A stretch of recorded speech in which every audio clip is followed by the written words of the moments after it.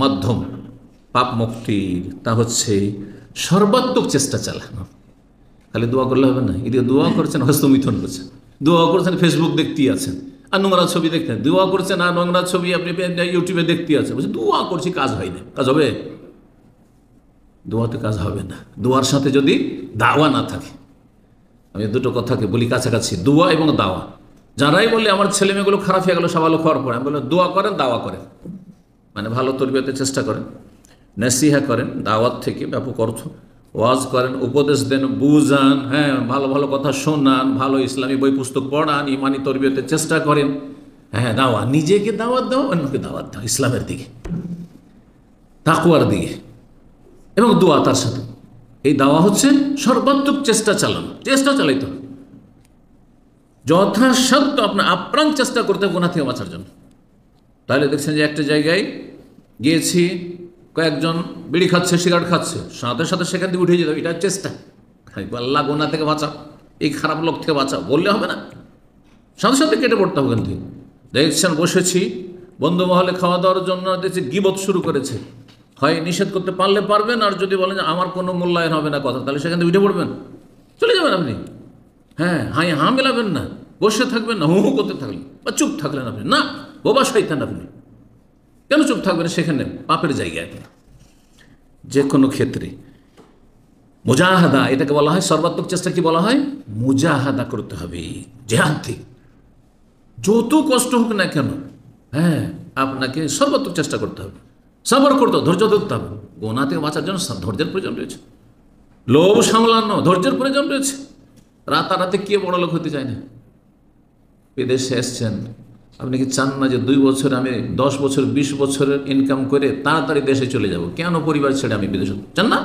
সবাই রাতারাতি বড় লোক হতে চায়, কিন্তু রাতারাতি বড় হওয়ার একটা হচ্ছে হালাল তরিকা, যেটা খুব কঠিন, অত সহজ নয়, হ্যাঁ, আর হারাম তরিকা মানে রাতারাতি, হ্যাঁ, সম্পদের পাহাড়, চুরি ডাকাতি, মানে আত্মসাৎ, নেতা হয়ে যাওয়া আর মেরে খাওয়া ইত্যাদি, না আর কর্জা করে সব লুটপাট করা, হারাম ব্যবসা করা ইত্যাদি, তাই না? জাহান্নামে যাওয়ার বন্দোবস্ত হয়ে গেল, আর রাতারাতি ধন সম্পদের পাহাড়ও তৈরি করে ফেললেন আপনি। তো কি করতে হবে? গুনাহতে বাঁচলে সবর করতে হবে, ধৈর্য ধরতে হবে। যদি আপনি একটা ধরেন ব্রিফকেস পেয়েছেন, হ্যাঁ, বক্স পেয়ে গেছেন, যাতে 1 লক্ষ রিয়াল আছে, ইমান টলমল করতে শুরু হয়ে যাবে, ইমানে ভূমিকম্প শুরু হয়ে যাবে। 1 লক্ষ টাকা 10 বছরে আমি জমাইতে পারবো না, আর এই বিদেশে কষ্ট করে পড়ে আছে, দে টান দেনি, গেল, শেষ। এইরকম উদাহরণ যে কোনো গুনার ক্ষেত্রে। যৌবন আছে, যৌবনের জ্বালা আছে, তাড়না আছে, আর হ্যাঁ, পরিবার থেকে দূরে, কেউ চেনেও না। এইখানে যদি জেনা ব্যভিচার হয়েও যে কেউ জানতে পারবে না, চিনেই বা কে আমাকে। কিন্তু গ্রামে অধিকাংশ মুসলিম সমাজের লোকেরা জেনা ব্যভিচার থেকে বেঁচে থাকে সামাজিকতার কারণে, সমাজের ভয়। সমাজে কি করে মুখ দেখাবো? হ্যাঁ, বংশের কি হবে? কিন্তু এখানে দাম হবে না, বংশ আছে না, সমাজ আছে, কিচ্ছু নেই। আর কোথাও হ্যাঁ, নারী ফিতনার সন্ধান পেয়ে গেছেন, আর ওতে ফিতনায় লিপ্ত হয়ে গেলেন। তাহলে এখানে কেমন ধৈর্যের প্রয়োজন রয়েছে? যেমন ইউসুফ আলাইহিস সালাম ধৈর্য ধরেছেন।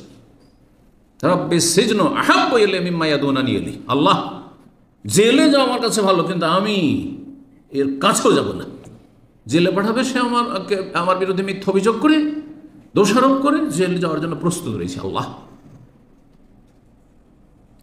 ওয়াইল্লা তাসরিফ আন্নি কাইদাহুন্না, আল্লাহ তুমি তার চক্রান্ত থেকে যদি রক্ষা না করো, আসবো ইলাইনা, তাহলে আমিও ঝুঁকে যাব। মানুষের মন তো, আমিও ঝুঁকে যাব। বেটার চান্স না, সমাজ না, বাপ ভাই না, আত্মীয় স্বজন কেউ নেই।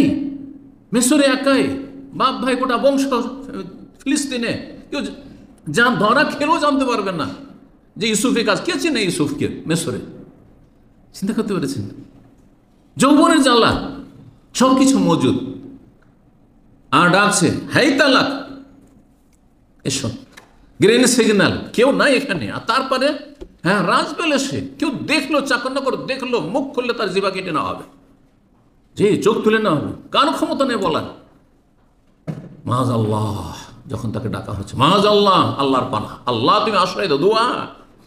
দোয়া করছেন, ইন্নাহু রব্বি, সেই আল্লাহ রব, আহসানা মাসওয়ায়া, কোথায় কূপে ফেলে দিয়েছিল ভাইরা, সৎ ভাইরা, সেখান থেকে আল্লাহ তুমি উঠিয়ে নিয়ে এসছো, আর এখানে উঠে এসে আমি এই কাজ করব? জি, আল্লাহ তুমি যদি রক্ষা না করো, আসবো ইলাইহিন ওয়া আকুম মিনাল জাহিলিন, আমিও ঝুঁকে যাব সেদিকে যেদিকে ডাকছে তার কথাতে আমি প্রলোভনে, আর আমি মূর্খদের দলে সামিলে জাহান্নামী হয়ে যাবো। আল্লাহ রক্ষা করো, দোয়া। তাহলে দোয়ারও দলিল রাসূল সাল্লাল্লাহু আলাইহি ওয়াসাল্লাম জীবনীতে রয়েছে এই গুনাহ থেকে বাঁচার জন্য। আর মুজাহিদ কত চেষ্টা।